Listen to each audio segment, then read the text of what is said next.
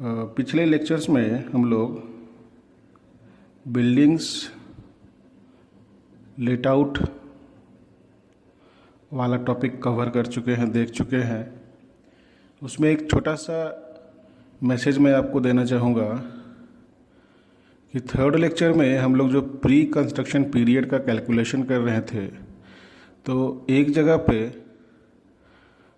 Timing है उसका 9:50 time जब इलैप्स कर गया था, वहाँ पे प्री कंस्ट्रक्शन पीरियड में कैलकुलेशन में एक जगह पे मिस्टेक है। वो गलती से कैलकुलेशन में 53 मंथ हो गया है, तो उसको आप लोग ठीक से कैलकुलेट कीजिएगा तो वो 42 मंथ आएगा। वो मैंने उस वीडियो के डिस्क्रिप्शन में भी वो बात डाल दिया है, तो आप उसको थोड़ा सा काइंडली करेक्ट कर लीजिएगा, करेक्शन कर लीजिएगा उसका, ठीक है। एक बच्चे ने ही मुझे बताया, मैं तो अपलोड करके भूल चुका था, एक बच्चे ने ही बताया, तो फिर मैंने चेक किया तो हाँ वो सही था, करेक्शन मैंने कर दिया उस पर। आप भी उसको आप देख लेंगे प्लीज़। आगे देखते हैं हम लोग। आज हम लोग देखेंगे सेल्फ ऑक्यूपाइड पोर्शन पे कि क्या हो रहा है यदि बिल्डिंग को सेल्फ ऑक्यूपाइड करके रखा गया है अपने रेसिडेंशियल पर्पस के लिए।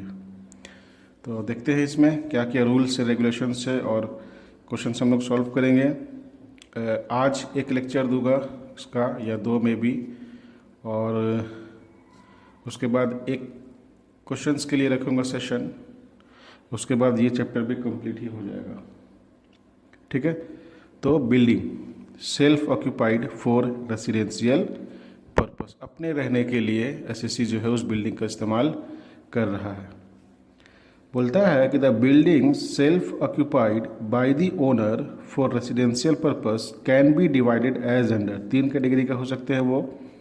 पहला है कि हाउस और part of the house occupied for full previous year, मतलब पूरा मकान या मकान का कुछ हिस्सा जो है पूरे पिछले वर्ष के दौरान अपने रहने के लिए यूज़ किया हो, या फिर इसी में दूसरा बोल रहा है कि रिमेन्स अनऑक्यूपाइड, वो अनऑक्यूपाइड रहा हो, मतलब ना खुद ही रह रहा हो और ना ही किराया पे लगाया हो, वो बंद था, घर बंद था पूरा।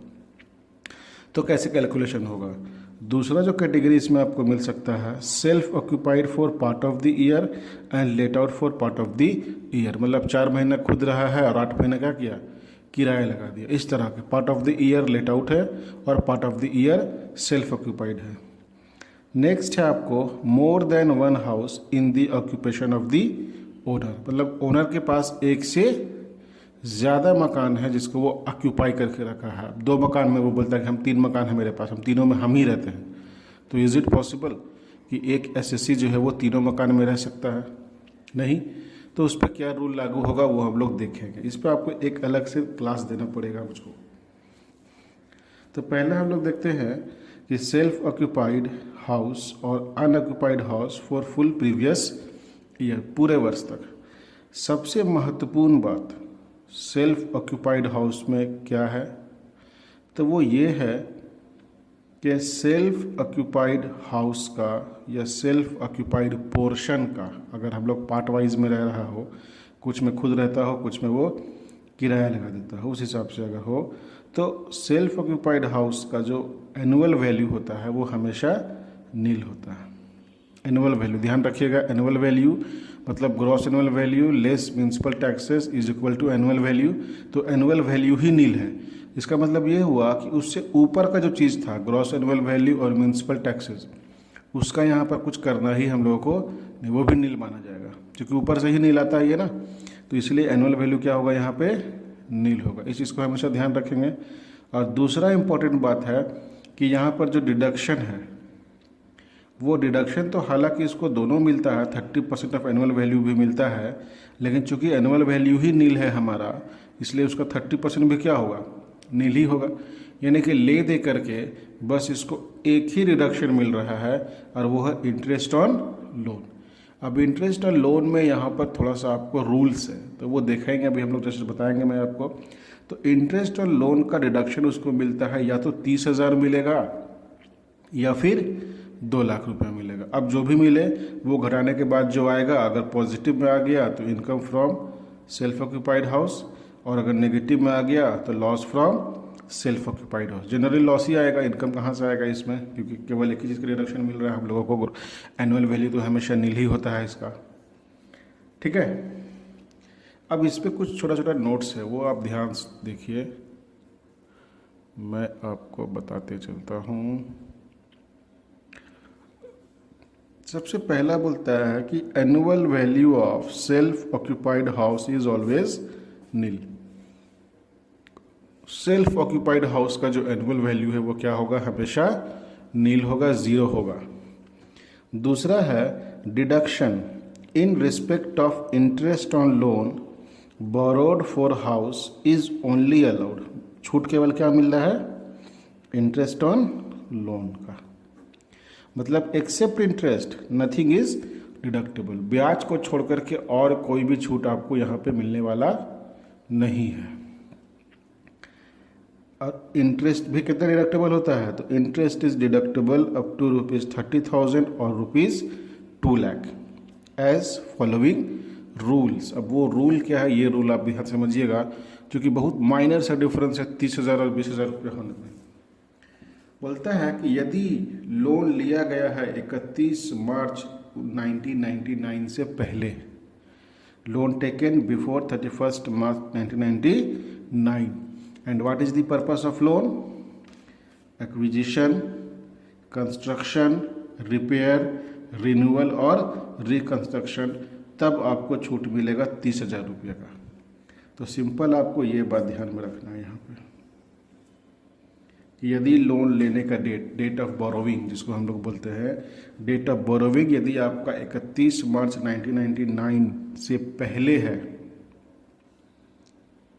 तब आपको 30,000 का छूट मिलेगा, चाहे आपने किसी पर्पस के लिए लोन लिया हो, चाहे वो एक्विजिशन हो, चाहे वो कंस्ट्रक्शन हो, चाहे वो रिपेयर हो, चाहे वो रिन्यूअल हो, चाहे वो रिकंस्ट्रक्शन हो।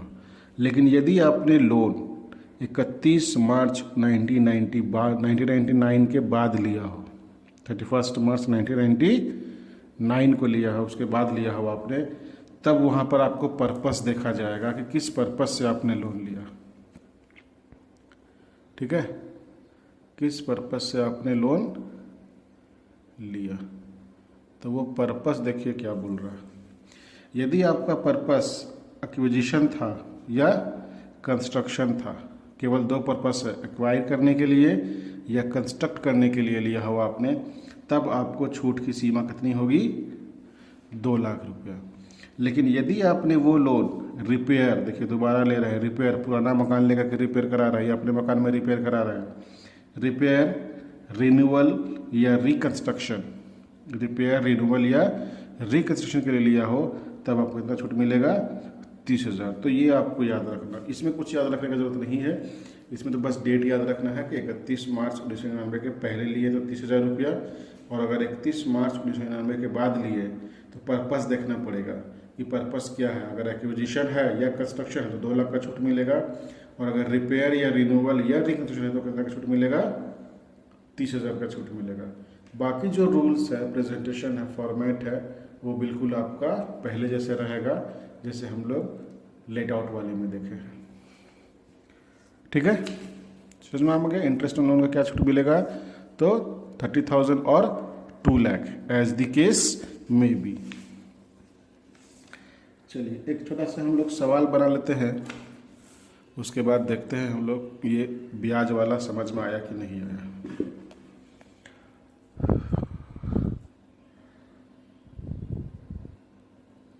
तो ये क्वेश्चन है कि Ram took a loan of ₹16 lakh at the rate of 10% per annum on 1 जुलाई 2016। 1 जुलाई 2016 को लोन लिया गया है फॉर कंस्ट्रक्टिंग, ध्यान रखिएगा, कंस्ट्रक्टिंग मतलब 2 लाख, 1/16 मतलब आफ्टर 99 है कि नहीं, 2 लाख रुपया।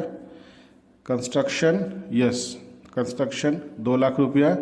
A house, the construction of the house was completed in the previous year 18-19। Compute the amount of interest deductible in computing the income from house property assuming that house is one let out and second one is occupied. तो हम लोग इसका calculation करते हैं। तो दो तरह से बोल रहा है आपको कि आपको यह मान के बनाना है कि यदि हाउस क्या है, यदि हाउस लेट आउट है। देखिएगा लेट आउट में ऐसा कोई रूल नहीं है कि 30,000 छूट मिलेगा या फिर 2 लाख मिलेगा। लेट आउट में जितना आएगा ब्याज सारा का छूट मिलेगा, वो 2 लाख हो, 2.5 लाख हो, 3 लाख हो, 4 लाख हो, कुछ भी हो सकता है। रूल जो है या जो रिस्ट्रिक्शंस लगाया गया है वो केवल सेल्फ ऑक्यूपाइड हाउस में है, 30,000 या 2 लाख रुपए का, ये ध्यान रखिएगा आप। तो ब्याज हम लोग निकालते हैं, तो ब्याज देख लीजिए हम लोग कुछ इस तरह से निकलेगा हम लोगों का कि लोन का अमाउंट है, लोन का अमाउंट कितना है हम लोगों का 16 लाख और रेट है 10%।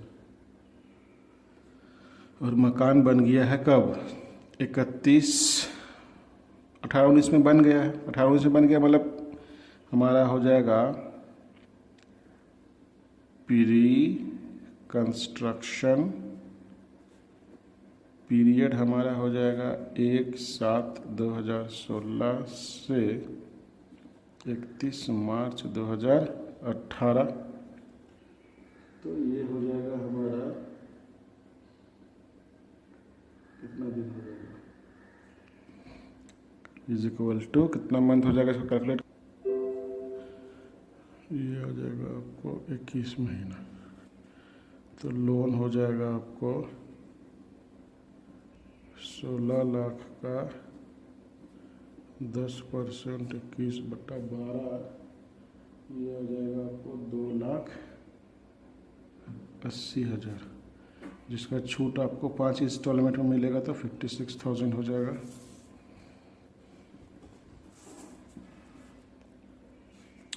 तो ये आ जाएगा आपको ब्याज दो तरह का, एक हो जाएगा प्रीवियस ईयर का।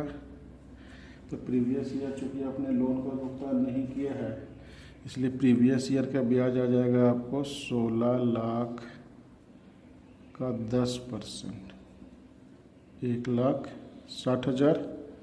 और दूसरा आ जाएगा प्री कंस्ट्रक्शन पीरियड का जो कि आ रहा है 2,80,000, लेकिन ये 5 इंस्टॉलमेंट में मिलेगा आपको तो 56,000 हो गया। तो टोटल ब्याज आपको हो रहा है 2,16,000। ये डिडक्टेबल होगा, डिडक्टेबल होगा। अब दूसरा अगर हम लोग बात करें सेल्फ ऑक्यूपाइड के लिए, तो ब्याज तो कैलकुलेशन सेम होगा, टोटल इंटरेस्ट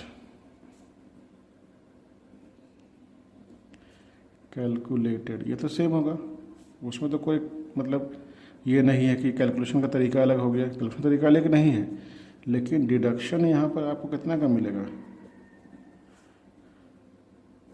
डिडक्टेबल मिलेगा आपको या तो 30,000 या तो 2 लाख। अब देखते हैं कि रूल क्या बोलता है। 30 कब मिलता है, जब आपने 31 मार्च 1999 के पहले लोन लिया। तो क्या पहले लोन लिया है, नहीं, बाद में लोन लिया है। तो बाद में कब लिया है हम लोगों ने लिया है 1 जुलाई 2016 को लोन लिया है। तो अब आपका डेट जब बाद का हो गया तो फिर आप पर्पस देखिए कि क्यों लिया।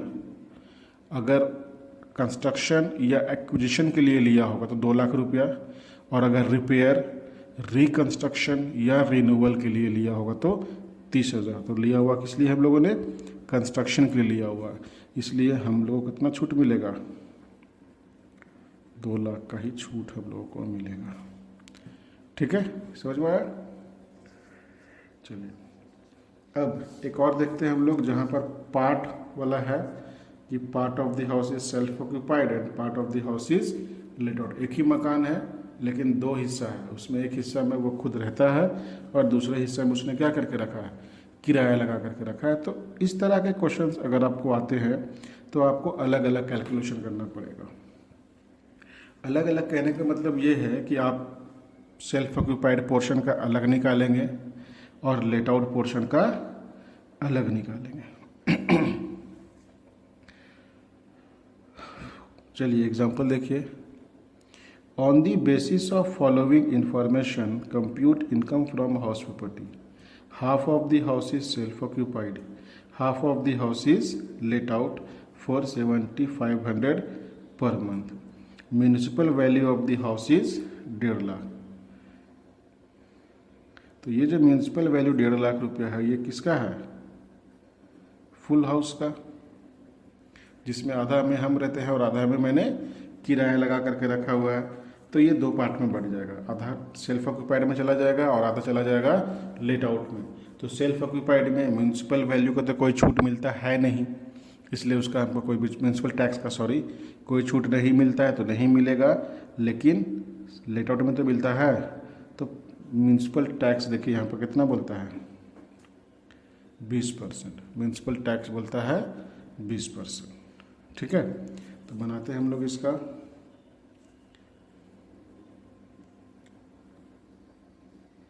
डी लिखते हैं कंप्यूटेशन ऑफ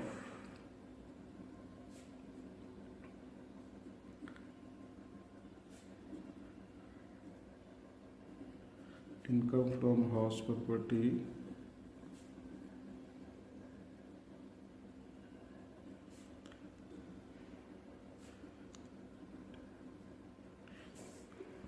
उन्नीस 20।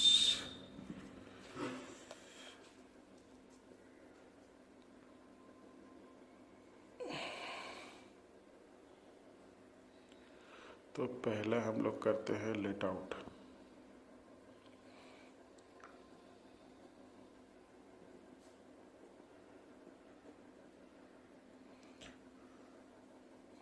तो लेट आउट पोर्शन में आप शुरू करेंगे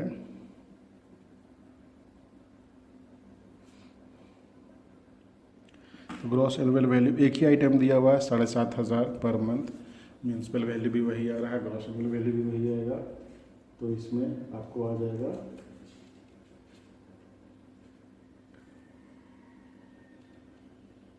90,000 रुपया, 75,000 इंटू 12,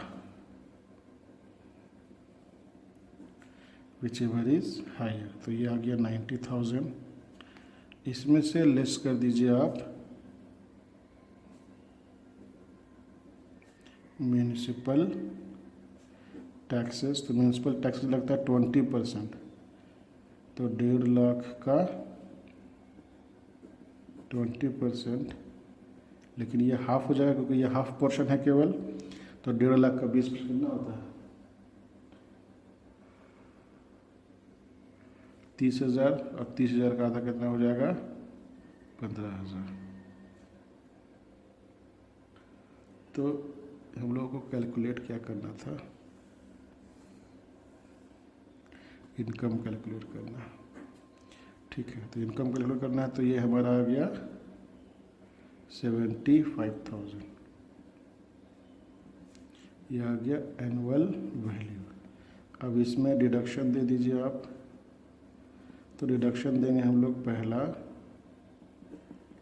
30% ऑफ एनुअल वैल्यू, तो 75,000 का 30%, तो ये हो जाएगा आपको 15, 17, 21, 22,500, 22,500। तो ये आ गया 52,500।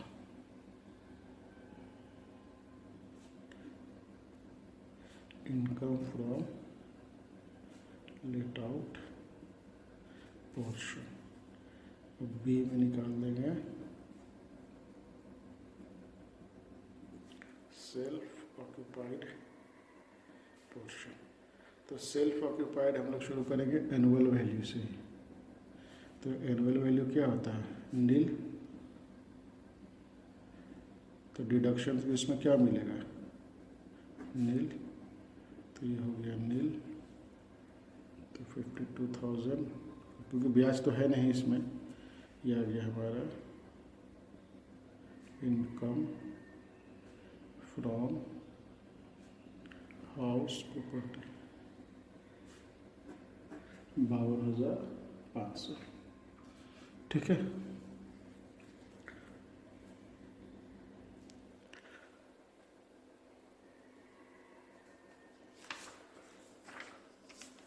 चलिए आगे है एक और सवाल। Self occupied for part of the previous year, मतलब कुछ दिनों तक किराया लगा रहा और कुछ दिनों तक लेट आउट रहा। तो ये भी दो पार्ट में बनेगा। जितना दिन लेट आउट रहा वो लेट आउट हिसाब से बनेगा, और जितना दिन सेल्फ ऑक्यूपाइड रहा वो सेल्फ ऑक्यूपाइड के अनुसार बनाया जाएगा।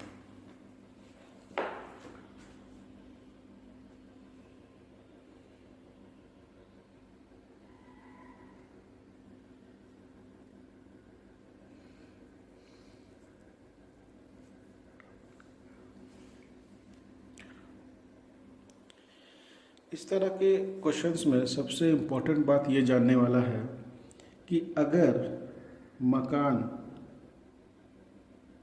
कुछ दिनों तक आपने खुद यूज़ किया है और कुछ दिनों तक किराया पे लगा करके रखा है, एक ही मकान को आप नहीं रह रहे थोड़े दिन में फिर उसमें, तो इस मकान का कैलकुलेशन आपको हमेशा लेट आउट मान के ही बनाना है।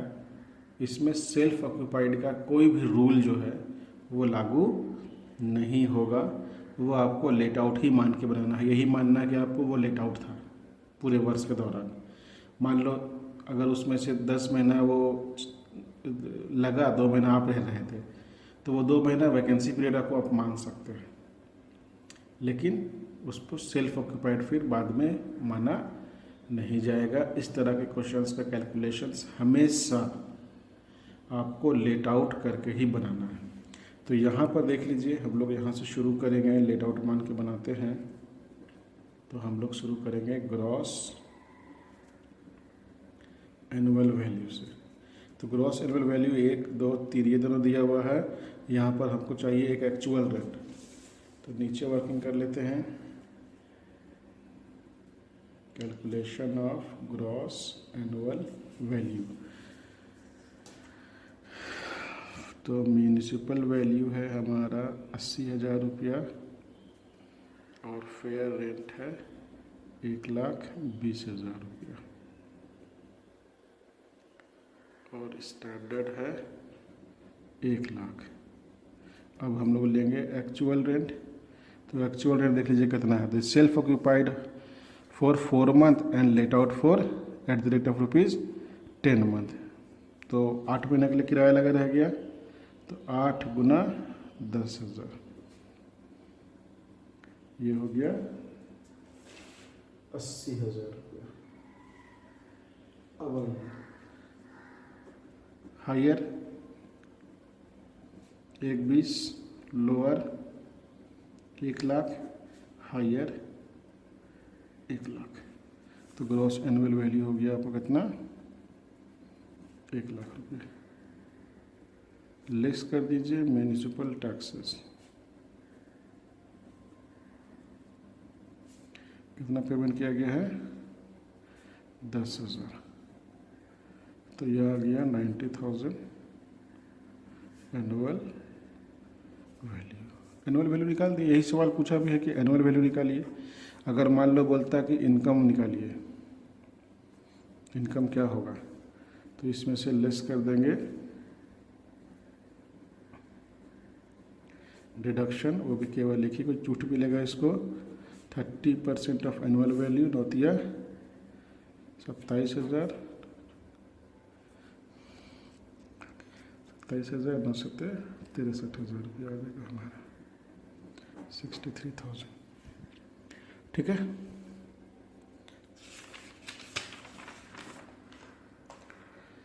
अब देख लीजिए एक सवाल, more than 1 house in the occupation of the owner. Owner के पास एक से ज़्यादा, तो उसको हम लोग किस तरह से बनाएंगे। तो हम लोग देख रहे थे, नेक्स्ट था इसमें कि if there is more than one house in the occupation of the owner.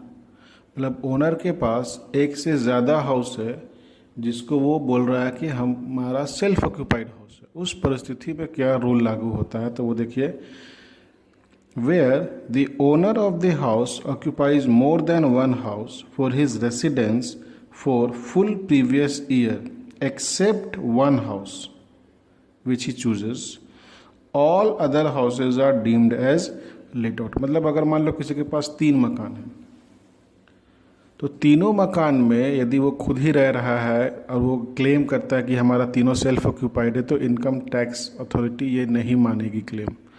Income tax authorities ने कहा है कि आप उन तीनों में से किसी भी एक मकान को जिसे आप चुनना चाहें, आप उसको सेल्फ ऑक्यूपाइड मान लीजिए और बाकी मकान को deemed to be let out माना जाएगा। और deemed to be let out मानते हुए उसका कैलकुलेशन करके उस पर इनकम कंप्यूट किया जाएगा। ठीक है, ये चीज़ हम लोग को ध्यान में रखना है। Deemed to be let out माना जाएगा। Deemed to be let out मतलब वो लेट आउट ही माना जाएगा, समझिए इस तरह से। तो एक सवाल हम लोग देखते हैं उस पर, थोड़ा लंबा सवाल है, ध्यान से सुनिएगा। हालांकि ये बुक का ही क्वेश्चन है आपका, इलस्ट्रेशन नंबर 16, तो उसी को यहाँ पे मैं बता रहा हूँ। सवाल कुछ इस तरह का है, mister X is the owner of 2 houses which he uses for his residential purpose. Compute his taxable income for the assessment year 19-20 from the following informations. First house का फेयर रेंटल वैल्यू है 1,20,000 और second house का fair rental value है 12,000। Municipal taxes का payment जो किया जाता है वो किया जाता है 10% ऑफ फेयर रेंटल वैल्यू। एक का फेयर रेंट है 1,20,000, दूसरे का फेयर रेंट है 12,000। यही हमारा ग्रॉस एनुअल वैल्यू होगा। अगर हम लोग अभी क्या करते देखते हैं आगे। Interest paid for the previous year on the loan taken on 10/4/2017 for purchase of first house. First house का लोन कितना है? 2,20,000। कब लिया गया है? 10/4/2017 को लिया गया। ठीक है। He borrowed ₹40,000 at the rate of 15% on 1/4/2017 for the construction of second house. Second house के लिए लोन कितना लिया गया है? 40,000 15% के हिसाब से, which was completed on December 2017। तो कंस्ट्रक्शन इसका कंप्लीट हो गया दिसंबर 2017 को। ही कुड नॉट पे इंटरेस्ट ड्यूरिंग 17-18। वो 17-18 का ब्याज जो है वो दिया नहीं था। Hence paid interest this year for 2 years including interest on unpaid interest ₹12,600। ये ₹12,600, ये मिसप्रिंट था, गलती लिख दिए थे। 12,600 रुपये का ब्याज इसने इस साल का भुगतान किया। लेकिन इसमें बोलता है कि पिछले साल का भी ब्याज शामिल है, तो पिछले साल वाला यहाँ पर डिडक्टेबल नहीं होगा और इंटरेस्ट भी है उस पर, तो वो भी नहीं डिडक्टेबल होगा। उसमें थोड़ा सा देखेंगे अभी हम लोग। फायर इंश्योरेंस प्रीमियम पेड है 1,400 and ₹200 on first and second house respectively. 1,400 first house का, 200 सेकंड हाउस का। क्या पेमेंट हो रहा? Fire insurance premium. कुछ नहीं करना इसका। The assessee specifies the first house for exemption under section 23(2). मतलब एसएससी ने बोला कि हम फर्स्ट हाउस को सेल्फ ऑक्यूपाइड मानेंगे। ठीक है, आप फर्स्ट को सेल्फ ऑक्यूपाइड मान लीजिए और सेकंड को क्या मान लीजिए? Deemed to be let out मान लीजिए। तो इसका कैलकुलेशन हम लोग करते हैं।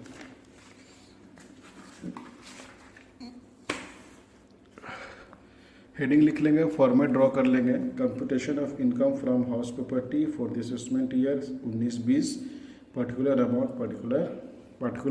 अमाउंट का 2 कॉलम। तो 2 का है मकान फर्स्ट हाउस, जिसे हम लोग क्या मान रहे हैं? हम लोग नहीं, एसएससी ने उसको माना है सेल्फ ऑक्यूपाइड। तो फर्स्ट हाउस सेल्फ ऑक्यूपाइड जब हम लोग मान लिए तो इसका एनुअल वैल्यू क्या आ गया? नील आ गया। अब इस पे डिडक्शन मिलेगा हमको केवल एक चीज़ का, और वो है इंटरेस्ट ऑन बोरोविंग का। तो फर्स्ट हाउस का ब्याज था 2,20,000, लेकिन फर्स्ट हाउस क्या है, सेल्फ ऑक्यूपाइड, तो क्या उसे पूरा 2,20,000 का छूट मिलेगा? तो नहीं, इंटरेस्ट में सेल्फ ऑक्यूपाइड हाउस में कितना का छूट मिलता है, या तो 30,000 या तो 2 लाख। लेकिन इसको 2 लाख कम मिलेगा क्योंकि इसने लोन लिया था कब, 10/4/2017 को, मतलब 31/3/1999 के बाद। और क्यों लिया था, परचेज करने के लिए, इसलिए इसको छूट मिलेगा कितना रुपया, 2 लाख रुपया का। और तो इसको कुछ नहीं मिल रहा है, तो ये 2 लाख का इसका लॉस आ गया, लॉस फ्रॉम फर्स्ट हाउस। अब दूसरा है इसका सेकंड हाउस। तो सेकंड हाउस जो है उसका deemed to be let out है, deemed to be let out. तो जब deemed to be let out है तो इसका आ जाएंगे हम लोग ग्रॉस एनुअल वैल्यू। तो इसका gross annual value second house का ये है 12,000 ही लेंगे, क्योंकि और ना म्यूनसिपल है ना एक्चुअल है, कुछ नहीं है, तो यही आ जाएगा हमारा 12,000 रुपया। इसमें से लेस होगा म्यूनिसिपल टैक्सेस, म्यूनिसिपल टैक्सेस 10% है, 1200, ये आ गया 10,800, ये आ गया इसका एनुअल वैल्यू। अब इसको डिडक्शंस दिया जाएगा। अब इसका डिडक्शंस में पहला 30% ऑफ एनुअल वैल्यू, तो 10,800 का 30% 3,240 रुपया। और दूसरा इंटरेस्ट ऑन लोन, तो इंटरेस्ट ऑन लोन उसका हो गया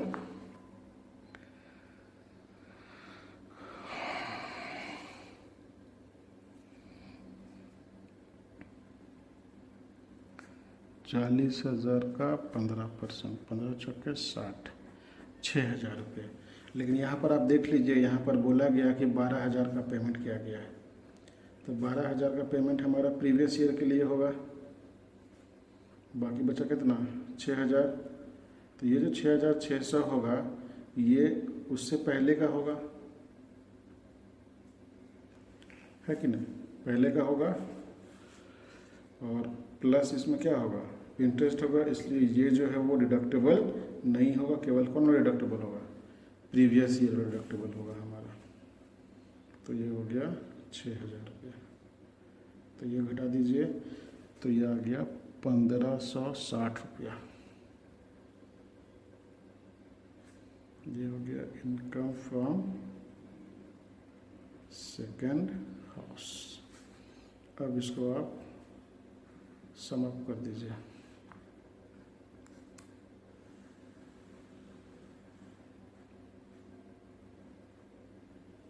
तो 2 लाख माइनस 1,560, 198,440, ये आ गया लॉस फ्रॉम हाउस प्रॉपर्टी।